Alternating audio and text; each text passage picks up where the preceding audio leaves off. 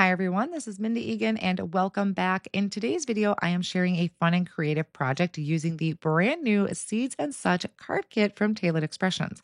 Now, I'm going to be showing you how to create interactive seed packet shaker cards that are perfect for spring, garden themed gifts, or just sending a little happiness through the mail. But I can see these being used throughout many holidays.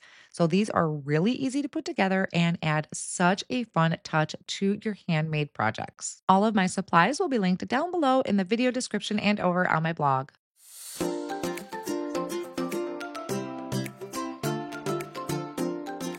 So the supplies I'm using today is the Seeds and Such vegetable clear stamp and coordinating die, petite packet die, Seeds and Such background stamp and coordinating die. There are also some of these really cute envelope seals that I won't be using, but they were cute and I needed to show you that. And then we also have the stencil that I will be using. For cardstock, I have sugar cube, plum punch, lime zest, watermelon, candy corn, and then also some acetate not shown. Now for ink colors, I have cinnamon, toffee, plum punch, dill pickle, lime zest, dragon fruit, guava, jalapeno, pumpkin, candy corn, mulled wine, and VersaFine Clair.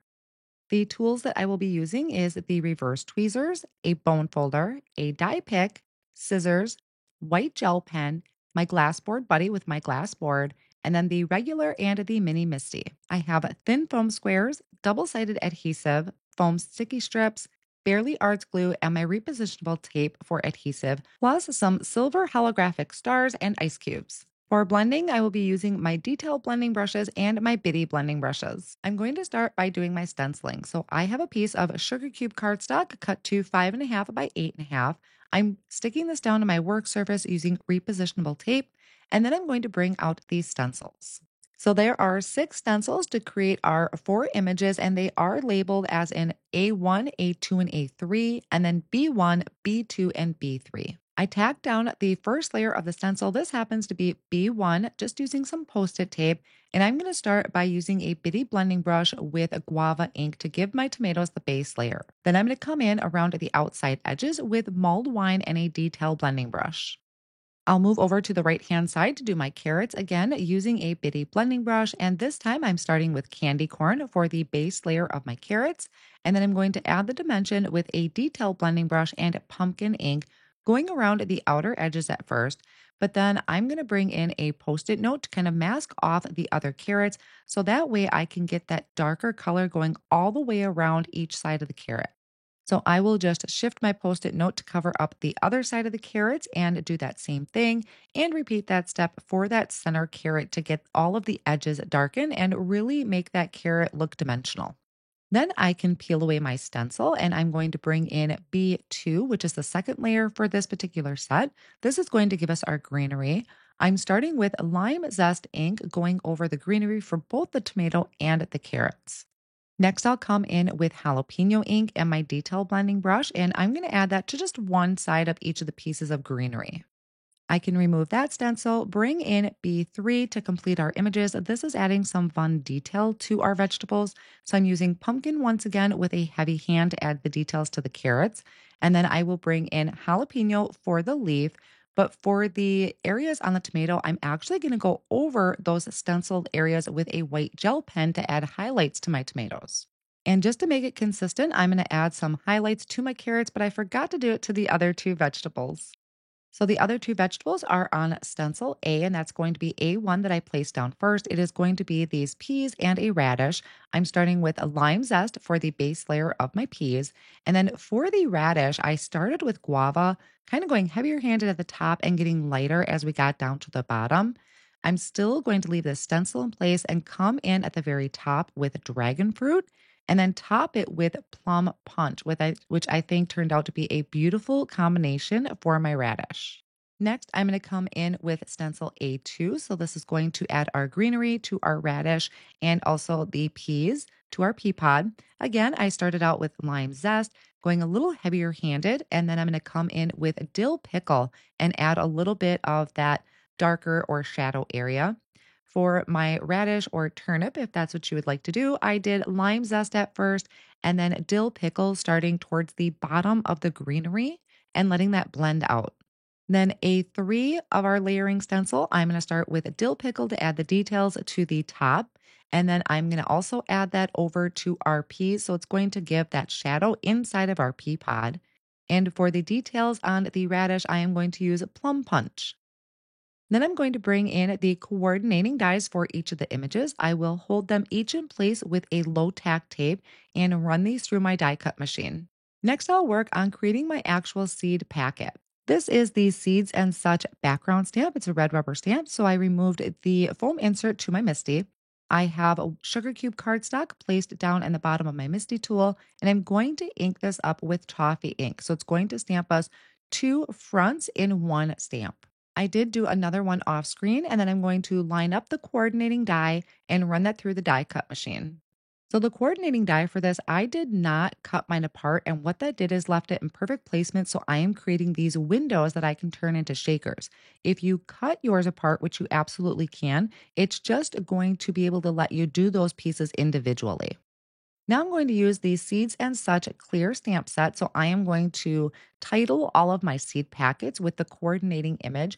I'm stamping all of these in VersaFine Clear ink. Now for each of them, I did do their name, but I'm going to stamp this additional sentiment underneath. This is the Sunshine Seed Company. So I am adding that under each one to keep that consistent throughout all of my seed packets. On that stamp set, there's some additional sentiments. There's also banners that you could stamp out, and there is this little cents. So it adds kind of a value to your seed packet.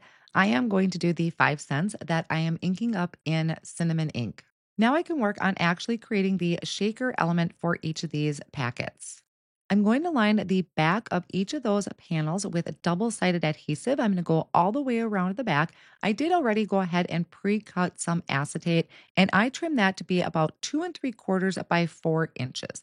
So you want to make sure you go all the way around with your double-sided tape and then place your acetate over the top of the exposed adhesive. I will do that so I have all four pieces have that acetate window to be able to create our shaker element.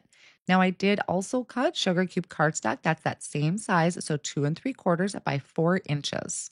To create our shaker, you are going to need to create a well. So what you'll do is take some foam strips and you're going to go all the way around the edge of your panel on the back. When you are taking the foam strips, you want to make sure they are butted up right next to each other. So that way, when the recipient shakes the packet, none of the pieces will fall out. Then I'll add one more strip down at the bottom just to add stability to the bottom of the shaker panel. Then I'm going to take these silver holographic stars and I am going to sprinkle some of these inside of my shaker well. You want to make sure that they are spread out. So I like to give it just a small shake. And then I'm also adding in some of the ice cube bits and pieces.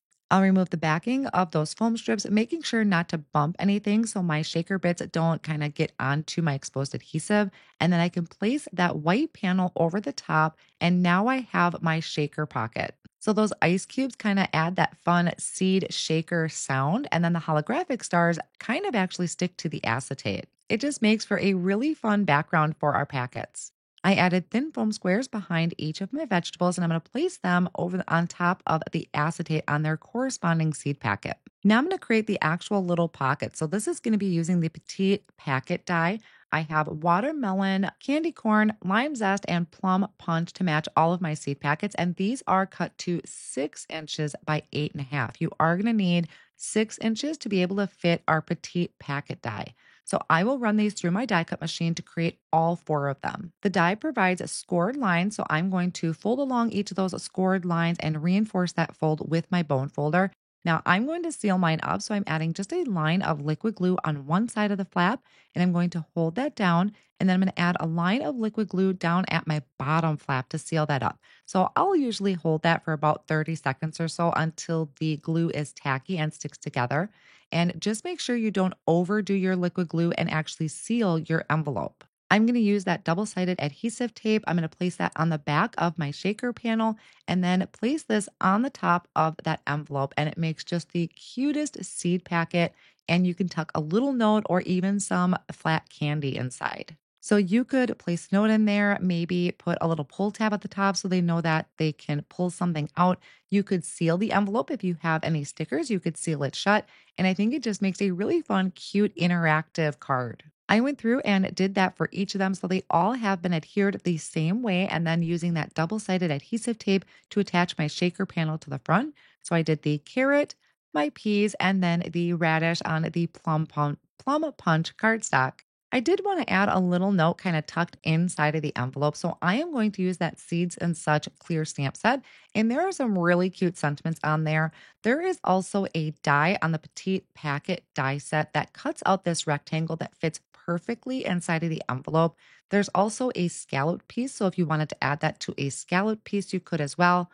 I'm just going to stamp each of these sentiments on that little rectangle cardstock that's going to tuck inside of the envelope. So I really probably should have added something that let them know that there's something inside of there to open up the envelope and pull out that note. I can sign it. I can add a custom message to it.